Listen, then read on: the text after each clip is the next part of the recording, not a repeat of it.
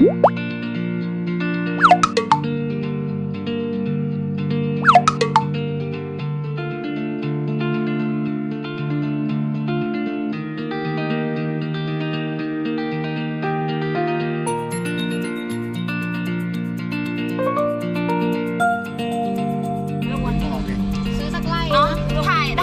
ล้วก็ลงเสียงเพลงที่เป็นแบบแล้วฟังตรงนี้เลยฟังฝ่ามือนี่เลยสักไล่ฟังไม่ตื่นเช้ามาเห็นดิหมอกสีเราไม่ต้องไปถึงอะไรนะแม่กำปองไทยจีนก็สวยนะหอมไหมลองมีตำหมอกสวยมากเรียกว่าหน้าหนาว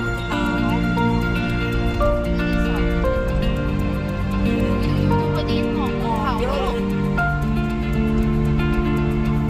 มาที่แรกไม่มีรถไงไปเสียทางคนก็จะมาที่ตรงที่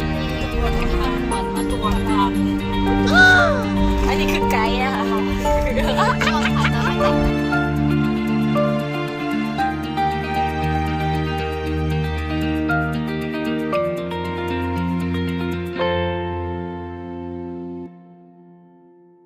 ไกด์น้ำคือทำหน้าสีเด็กๆเด็กๆทำมือหน่อยเห็นไหมเด็กๆไปเที่ยวไหนกันเที่ยวไหนกันคุณยายฟังดิพี่ดินเดี๋ยวจะใส่ตัวตีนเราไปเที่ยวไหนน้ำตกสาวนสระน้ำไม่ได้เอาห่วงยางมาแต่ไปเช่าเอาอันนี้มันตายน้ำตื่นเต้นเนี่ยที่เล่นทำไมต้องมาตื่นเต้นเนี่ยลูกแก่งคลองช้างคานตรงนี้เป็นแก่งคลองช้างคานนะคะวันเราน้ำตก300ใช่ไหมก็ตื่นเต้นนะจ๊ะที่ตรงไหนร่วมก่อนนะเดี๋ยวเราซื้อกาแฟสดตรงนี้กินนะคะกาแฟสดร้านนี้อร่อยมากเลยนะดูตัวขาวมือกว่าน้ำใสโซ่ขวามือตรงนี้ก็น้ำนะคะแต่เราจะไม่นั่งนะคะเดี๋ยวเราจะไปนั่งที่เดิม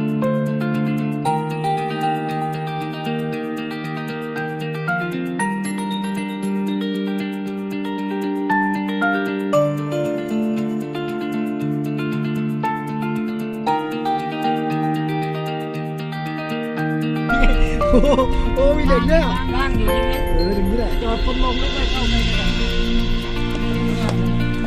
ตรงไหนนั่งตรงไหนเดี๋ยวจะมีที่นอน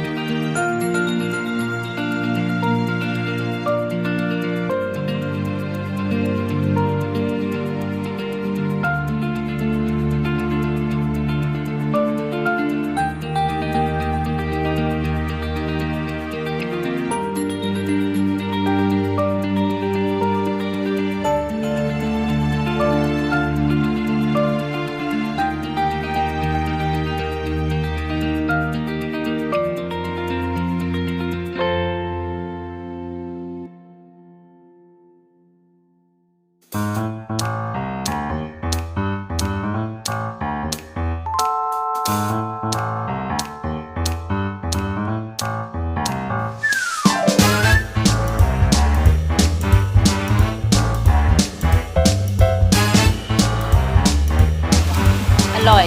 หรือต้องทำอย่างนี้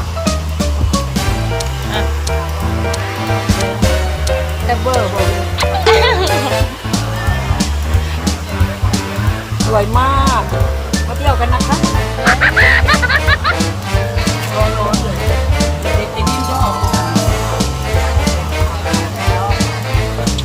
เอาผัดอร่อยต้มยำ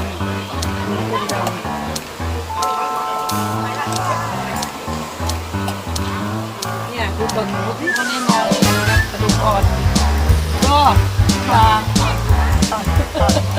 ชิ้นหมูไก่ทอดกินไก่ทอดกันไหมร้อนอยู่แล้วนึงร้อนอยู่อย่าไปให้มันกระโดด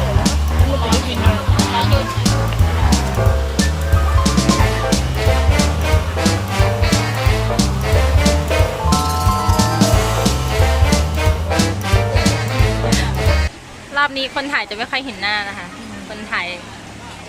ทำจมูกมาก